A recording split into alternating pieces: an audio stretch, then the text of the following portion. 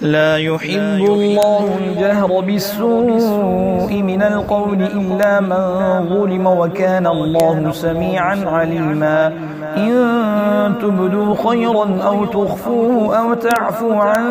سوء فإن الله كان عفوا قديرا إن الذين يكفرون بالله ورسله ويريدون أن يفرقوا بين الله ورسله ويقولون نؤمن ببعض ونكفر ببعض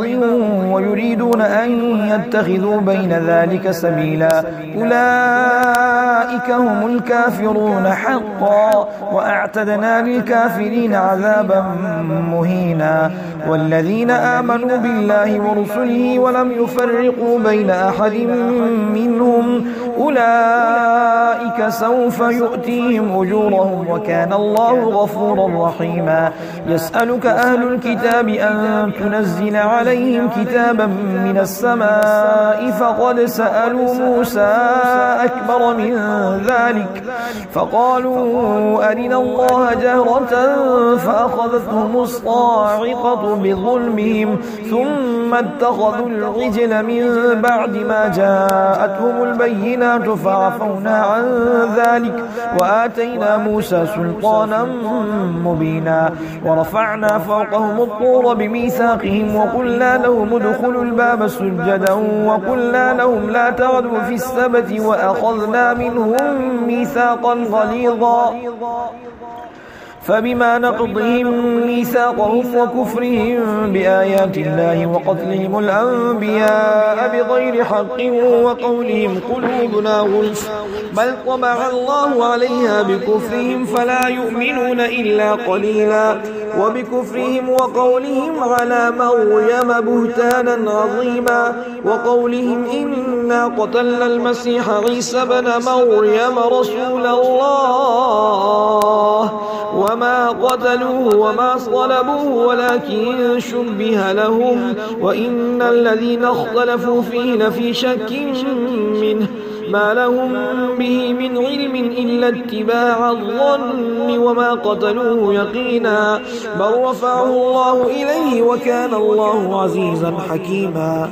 وإن من أهل الكتاب إلا ليؤمنن به قبل موته ويوم القيامة يكون عليهم شهيدا فبظلم من الذين هادوا حرمنا عليهم طيبات أحلت لهم وبصدهم عن سبيل الله كثيرا وأخذهم الربا وقد نهوا عنه وأكلهم أموال الناس بالباطل وأعتدنا للكافرين منهم عذابا أليما لكن الراسخون في العلم منهم والمؤمنون يؤمنون بما أنزل إليك وما أنزل من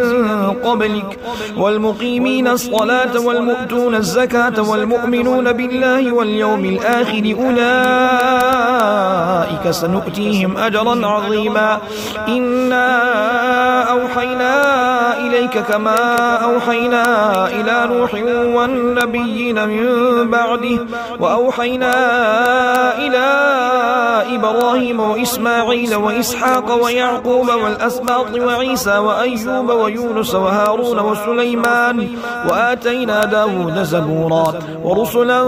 قد قصصناهم عليك من قبل ورسلا لم نقصصهم عليك وكلم الله موسى تكليما رسلا مبشرين ومنذرين لئلا يكون للناس على الله حجة بعد الرسل وكان الله عزيزا حكيما لكن الله يشهد بما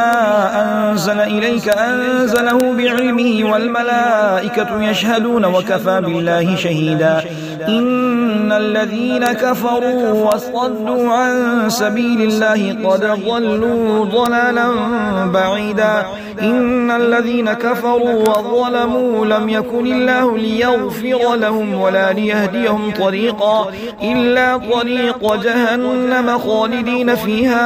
أبدا وكان ذلك على الله يسيرا يا أيها الناس قد جاءكم الرسول بالحق من ربكم فآمنوا خيرا لكم وإن تكفروا فإن لله ما في السماوات والأرض وكان الله عليما حكيما حكيما. يا أهل الكتاب لا تغلوا في دينكم ولا تقولوا على الله إلا الحق، إنما المسيح عيسى بن مريم رسول الله وكلمته ألقاها إلى مريم وروح منه، فآمنوا بالله ورسله ولا تقولوا ثلاثة انتهوا خيرا لكم، إنما الله إله واحد سبحانه أن يكون له ولد، له ما في السماوات وما في الأرض وكفى بالله وكيلا. لن يستنكف المسيح أن يكون عبدا لله ولا الملائكة المقربون، ومن يستنكف عن عبادته ويستكبر فسيحشرهم إليه جميعا. فأما الذين آمنوا وعملوا الصالحات فيوفيهم أجورهم ويزيدهم من فضله، وأما الذين استنكفوا واستكبروا فيعذبهم عذابا أليما ولا يجدون لهم من دون الله وليا ولا نصيرا. يا أيها الناس قد جاءكم برهان من ربكم وأنزلنا إليكم نورا مبينا. فأما الذين آمنوا بالله واعتصموا به فسيدخلهم في رحمة منه وفضل ويهديهم إليه صراطا مستقيما. يستفتونك قل الله يفتيكم في الكلالة إن امرؤ هلك ليس له ولد وله أخت فلها نصف ما ترك وهو يرثها إن لم يكن لها ولد، فإن كانت اثنتين فلهما الثلثان مما ترك، وإن كانوا إخوة رجالا ونساء فللذكر مثل حظ الأنثيين. يبين الله لكم أن تضلوا والله بكل شيء عليم. بسم الله الرحمن الرحيم. يا أيها الذين آمنوا أوفوا بالعقود، أحلت لكم بهيمة الأنعام إلا ما يتلى عليكم غير محل الصيد وأنتم حرم، إن الله يحكم ما يريد. يا أيها الذين آمنوا لا تحلوا شعائر الله ولا الشهر الحرام ولا الهدي ولا القلائد ولا آمين البيت الحرام يبتغون فضلا من ربهم ورضوانا. وإذا حللتم فاصطادوا ولا يجرمنكم شنآن قوم أن صدوكم عن المسجد الحرام أن تعتدوا، وتعاونوا على البر والتقوى ولا تعاونوا على الإثم والعدوان، واتقوا الله إن الله شديد العقاب.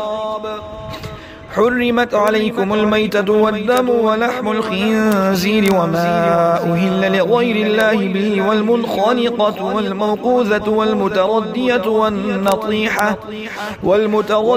والنطيحة وما أكل السبع إلا ما ذكيتم وما ذبح على النصب وأن تستقسموا بالأزلام، ذلكم فسق. اليوم يئس الذين كفروا من دينكم فلا تخشوهم واخشون. اليوم أكملت لكم دينكم وأتممت عليكم نعمتي ورضيت لكم الإسلام دينا، فمن اضطر في مخمصة غير متجانف لإثم فإن الله غفور رحيم. يسألونك ماذا أحل لهم قل أحل لكم الطيبات وما علمتم من الجوارح مكلبين تعلمونهن مما علمكم الله، فكلوا مما أمسكنا عليكم واذكروا اسم الله عليه واتقوا الله إن الله سريع الحساب. اليوم أحل لكم الطيبات وطعام الذين أوتوا الكتاب حل لكم وطعامكم حل لهم والمحصنات من المؤمنات والمحصنات من الذين أوتوا الكتاب من قبلكم إذا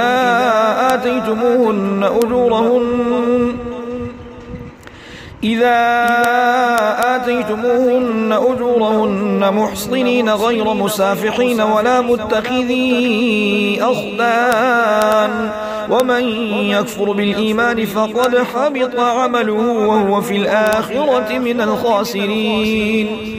يا أيها الذين آمنوا إذا قمتم إلى الصلاة فاغسلوا وجوهكم وأيديكم إلى المرافق وامسحوا برؤوسكم وأرجلكم إلى الكعبين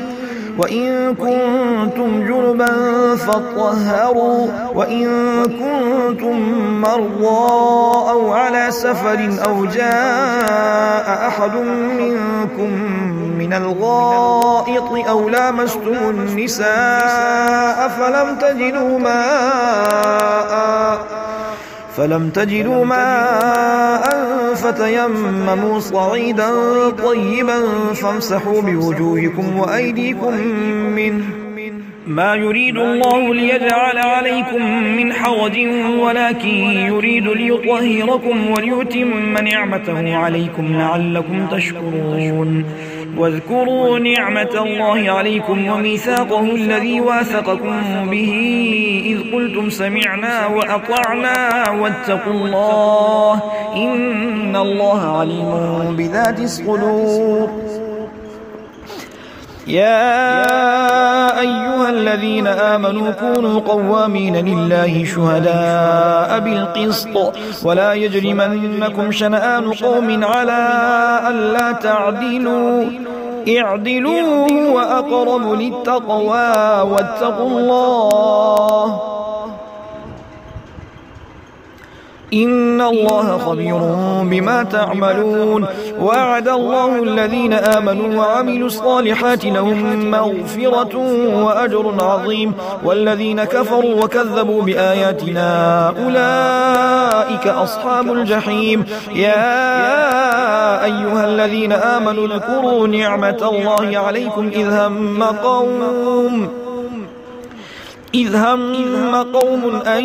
يبسطوا إليكم أيديهم فكف أيديهم عنكم واتقوا الله وعلى الله فليتوكل المؤمنون. ولقد أخذ الله ميثاق بني إسرائيل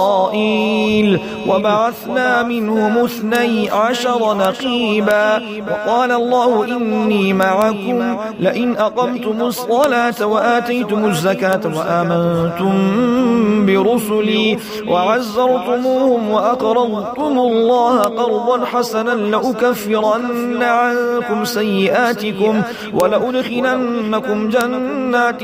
تجري من تحتها الأنهار فمن كفر بعد ذلك منكم فقد ضل سواء السبيل. فبما نقضهم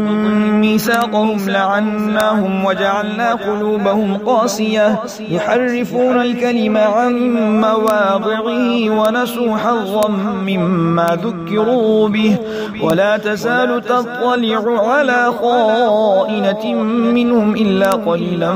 منهم فاعف عنهم واصفح إن الله يحب المحسنين. ومن الذين قالوا إنا نصارى أخذنا ميثاقهم فنسوا حظا مما ذكروا به فأغوينا بينهم العداوة والبغضاء إلى يوم القيامة وسوف ينبئهم الله بما كانوا يصنعون. يا أهل الكتاب قد جاءكم رسولنا يبين لكم كثيرا مما كنتم تخفون من الكتاب ويعفو عن كثير قد جاءكم من الله نور وكتاب مبين يهدي به الله من اتبع رضوانه سبل السلام ويخرجهم من الظلمات إلى النور بإذنه ويهديهم إلى صراط مستقيم. لقد كفر الذين قالوا إن الله هو المسيح ابن مريم قل فمن يملك من الله شيئا إن أراد أن يهلك المسيح ابن مريم وأمه ومن في الأرض جميعا ولله ملك السماوات والأرض وما بينهما يخلق ما يشاء والله على كل شيء قدير.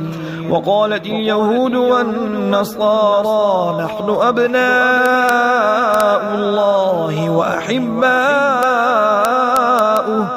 قل فلم يعذبكم بذنوبكم بل أنتم بشر ممن خلق يغفر لمن يشاء ويعذب من يشاء ولله ملك السماوات والأرض وما بينهما وإليه المصير. يا أهل الكتاب قد جاءكم رسولنا يبين لكم على فترة من الرسل أن تقولوا ما جاءنا من بشير ولا نذير فقد جاءكم بشير ونذير والله على كل شيء قدير. وإذ قال موسى لقومه يا قوم اذكروا نعمة الله عليكم إذ جعل فيكم أنبياء وجعلكم ملوكا وآتاكم ما لم يؤت أحدا من العالمين يا قوم ادخلوا الأرض المقدسة التي كتب الله لكم ولا ترتدوا على أدباركم فتنقلبوا خاسرين. قالوا يا موسى إن فيها قوما جبارين وإنا لن ندخلها حتى يخرجوا منها فإن يخرجوا منها فإنا داخلون. قال رجلان من الذين يخافون أنعم الله عليهم ادخلوا عليهم الباب فإذا دخلتموه فإنكم غالبون وعلى الله فتوكلوا إن كنتم مؤمنين. قالوا يا موسى إنا لن ندخلها أبدا ما داموا فيها فاذهب أنت وربك فقاتلا إنا هاهنا قاعدون. قال رب إني لا أملك إلا نفسي وأخي فافرق بيننا وبين القوم الفاسقين. قال فإنها محرمة عليهم 40 سنة يتيهون في الأرض فلا تأس على القوم الفاسقين. واتل عليهم نبأ بني آدم بالحق إذ قربا قربانا فتقبل من أحدهما ولم يتقبل من الآخر قال لأقتلنك قال إنما يتقبل الله من المتقين. لئن بسطت إلي يدك لتقتلني ما أنا بباسط يدي إليك لأقتلك إني أخاف الله رب العالمين. إني أريد أن تبوء بإثمي وإثمك فتكون من أصحاب النار وذلك جزاء الظالمين. فطوعت له نفسه قتل أخيه فقتله فأصبح من الخاسرين. فبعث الله غرابا يبحث في الأرض ليريه كيف يواري سوءة أخيه قال يا ويلتى أعجزت أن أكون مثل هذا الغراب فأواري سوءة أخي فأصبح من النادمين. من أجل ذلك كتبنا على بني إسرائيل أنه من قتل نفسا بغير نفس أو فساد في الأرض فكأنما قتل الناس جميعا ومن أحياها فكأنما أحيا الناس جميعا. ولقد جاءتهم رسلنا بالبينات ثم إن كثيرا منهم بعد ذلك في الأرض لمسرفون. إنما جزاء الذين يحاربون الله ورسوله ويسعون في الأرض فسادا أن يقتلوا أو يصلبوا أو تقطع أيديهم وأرجلهم من خلاف أو ينفوا من الأرض ذلك لهم خزي في الدنيا ولهم في الآخرة عذاب عظيم إلا الذين تابوا من قبل أن تقدروا عليهم فاعلموا أن الله غفور رحيم يا أيها الذين آمنوا اتقوا الله وابتغوا إليه الوسيلة وجاهدوا في سبيله لعلكم تفلحون إن الذين كفروا لو أن لهم ما في الأرض جميعا ومثله معه ليفتدوا به من عذاب يوم القيامة ما تقبل منهم ولهم عذاب أليم يريدون أن يخرجوا من النار وما هم بخارجين منها ولهم عذاب مقيم والسارق والسارقة فاقطعوا أيديهما جزاء بما كسبا نكالا من الله والله عزيز حكيم فمن تاب من بعد ظلمه وأصلح فإن الله يتوب عليه إن الله غفور رحيم ألم تعلم أن الله له ملك السماوات والأرض يعذب من يشاء ويغفر لمن يشاء والله على كل شيء قدير يا أيها الرسول لا يحزنك الذين يسارعون في الكفر من الذين قالوا آمنا بأفواههم ولم تؤمن قلوبهم ومن الذين هادوا سماعون للكذب سماعون لقوم آخرين لم يأتوك يحرفون الكلم من بعد مواضعه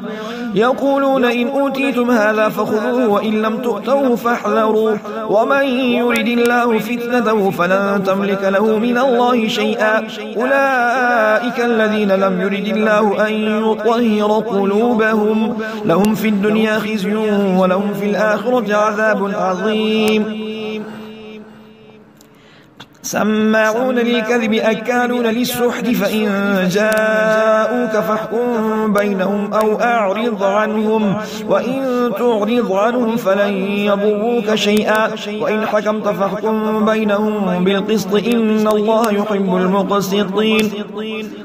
وكيف يحكمونك وعندهم التوراة فيها حكم الله ثم يتولون من بعد ذلك وما أولئك بالمؤمنين إنا أنزلنا التوراة فيها هدى ونور يحكم بها النبيون الذين أسلموا للذين هادوا والربانيون والأحبار بما استحفظوا من كتاب الله وكانوا عليه شهداء فلا تخشوا الناس واخشوني ولا تشتروا بآياتي ثمنا قليلا ومن لم يحكم بما أنزل الله فأولئك هم الكافرون وكتبنا عليهم فيها أن النفس بالنفس والعين بالعين والأنف بالأنف والأذن بالأذن والسن بالسن والجروح قصاص فمن تصدق به فهو كفارة له ومن لم يحكم بما أنزل الله فأولئك هم الظالمون وقفينا على آثارهم بعيسى بن مريم مصدقا لما بين يديه من التوراة وآتيناه الإنجيل فيه هدى ونور ومصدقا لما بين يديه من التوراة وهدى وموعظة للمتقين وليحكم أهل الإنجيل بما أنزل الله فيه ومن لم يحكم بما أنزل الله فأولئك هم الفاسقون وأنزلنا إليك الكتاب بالحق مصدقا لما بين يديه من الكتاب ومهيمنا عليه فاحكم بينهم بما أنزل الله ولا تتبع أهواءهم عما جاءك من الحق لكل جعلنا منكم شرعة ومنهاجا ولو شاء الله لجعلكم أمة واحدة ولكن ليبلوكم فيما آتاكم فاستبقوا الخيرات إلى الله مرجعكم جميعا فينبئكم بما كنتم فيه تختلفون وأن احكم بينهم بما أنزل الله ولا تتبع أهواءهم واحذرهم أن يفتنوك عن بعض ما أنزل الله إليك فإن تولوا فاعلم أنما يريد الله أن يصيبهم ببعض ذنوبهم وإن كثيرا من الناس لفاسقون أفحكم الجاهلية يبغون ومن أحسن من الله حكما لقوم يوقنون يا أيها الذين آمنوا لا تتخذوا اليهود والنصارى أولياء بعضهم أولياء بعض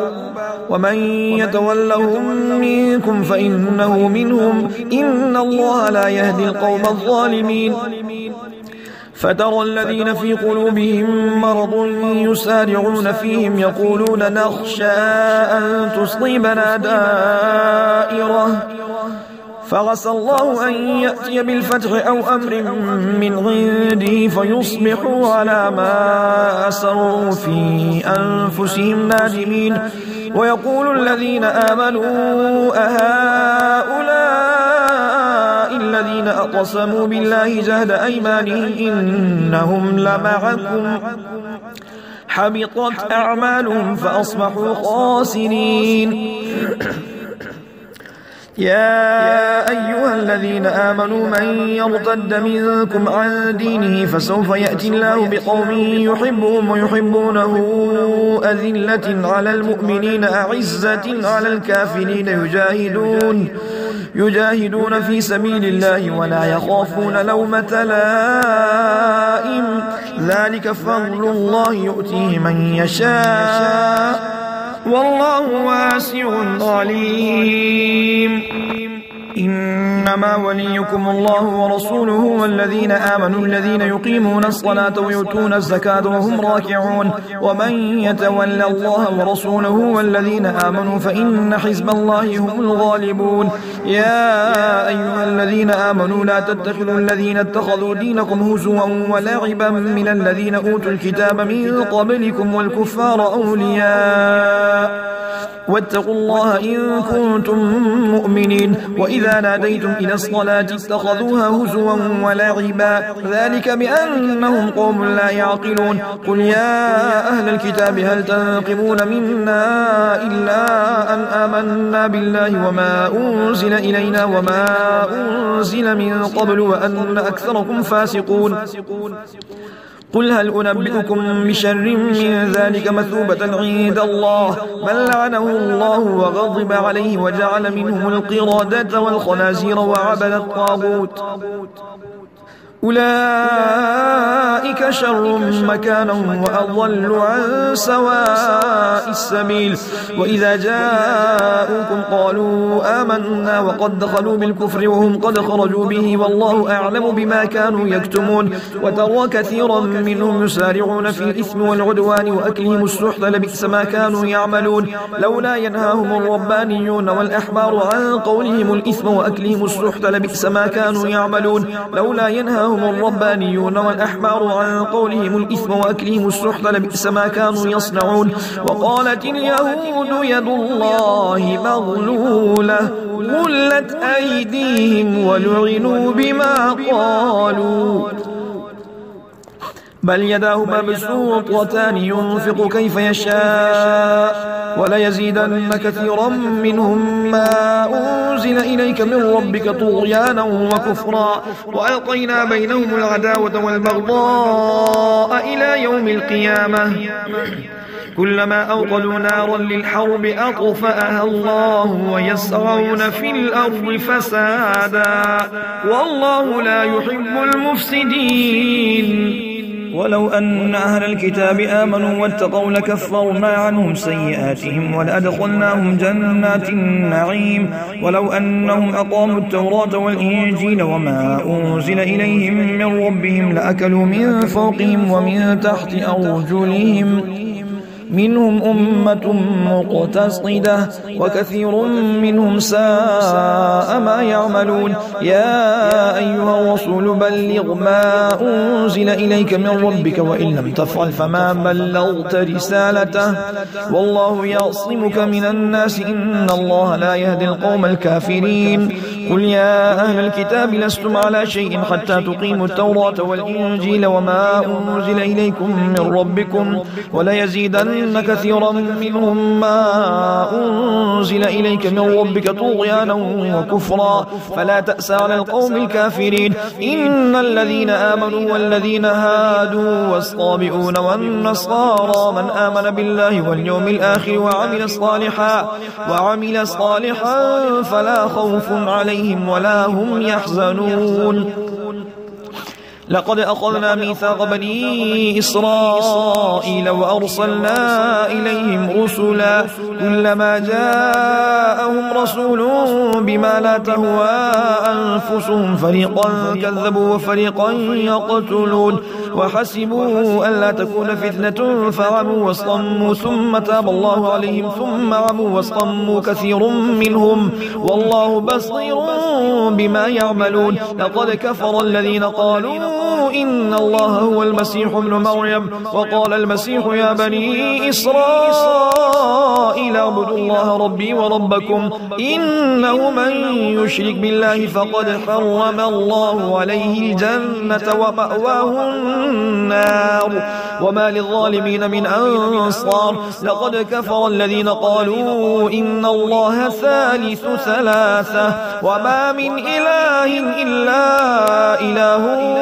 واحد وإن لم ينتهوا عما يقولون ليمسن الذين كفروا منهم عذاب أليم أفلا يتوبون إلى الله ويستغفرونه والله غفور رحيم ما المسيح ابن مريم إلا رسول قد خلت من قبله الرسل وأمه صديقة كانا يأكلان الطعام انظر كيف نبين لهم الآيات ثم انظر أنا يؤفكون قل أتعبدون من دون الله ما لا يملك لكم ضرا ولا نفعا والله هو السميع العليم قل يا أهل الكتاب لا تغلوا في دينكم غير الحق ولا تتبعوا أهواء قوم قد ضلوا من قبل وأضلوا كثيرا وضلوا عن سواء السبيل لعن الذين كفروا من بني إسرائيل على لسان داود وعيسى بن مريم ذلك بما عصوا وكانوا يعتدون كانوا لا يتناهون عن منكر فعلوه لبئس ما كانوا يفعلون ترى كثيرا منهم يتولون الذين كفروا لبئس ما قدمت لهم أنفسهم أن سخط الله عليهم وفي العذاب هم خالدون ولو كانوا يؤمنون بالله والنبي وما أنزل إليه ما اتخذوهم أولياء ولكن كثيرا منهم فاسقون لتجدن أشد الناس عداوة للذين آمنوا اليهود والذين أشركوا ولتجدن أقربهم مودة للذين آمنوا الذين قالوا إنا نصارى ذلك بأن منهم قسيسين ورهبانا وأنهم لا يستكبرون